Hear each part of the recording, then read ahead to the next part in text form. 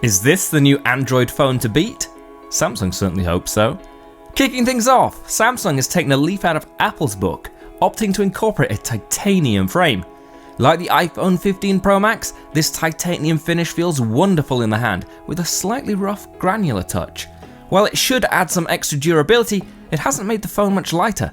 At 232 grams, it's only 2 grams lighter than last year's Ultra.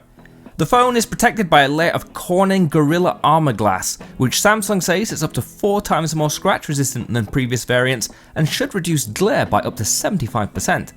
The curved display is a thing of the past. Rather than dropping off on the edges, the S24 Ultra screen now sits completely flat. While we're not sure it'll make a huge difference in terms of usability, it does look rather swish in person.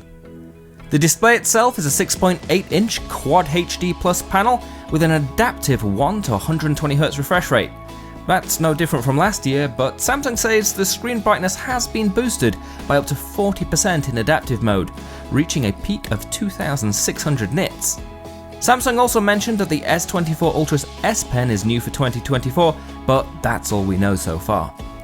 The phone's processor is the new Qualcomm Snapdragon 8 Gen 3 4 Galaxy chipset, a specially tweaked version of Qualcomm's high-end CPU.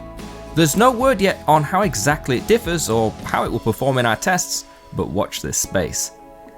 The S24 Ultra has a quad camera setup on the rear consisting of a 200 megapixel main unit, a 12 megapixel ultra-wide, 10 megapixel 3x zoom, and a 50 megapixel 5x zoom. Space zoom is also available, allowing you to hybrid zoom up to 100x. Finally, software is confirmed to be Android 14 and Samsung's One UI 6.1. Samsung has also confirmed S24 devices will receive 7 years worth of both security and OS updates.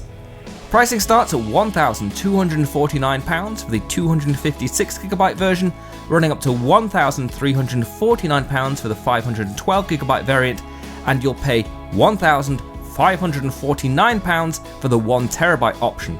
However, if you're quick enough, Samsung will double your storage for free as long as you pre-order before the phone launches on the 31st of January.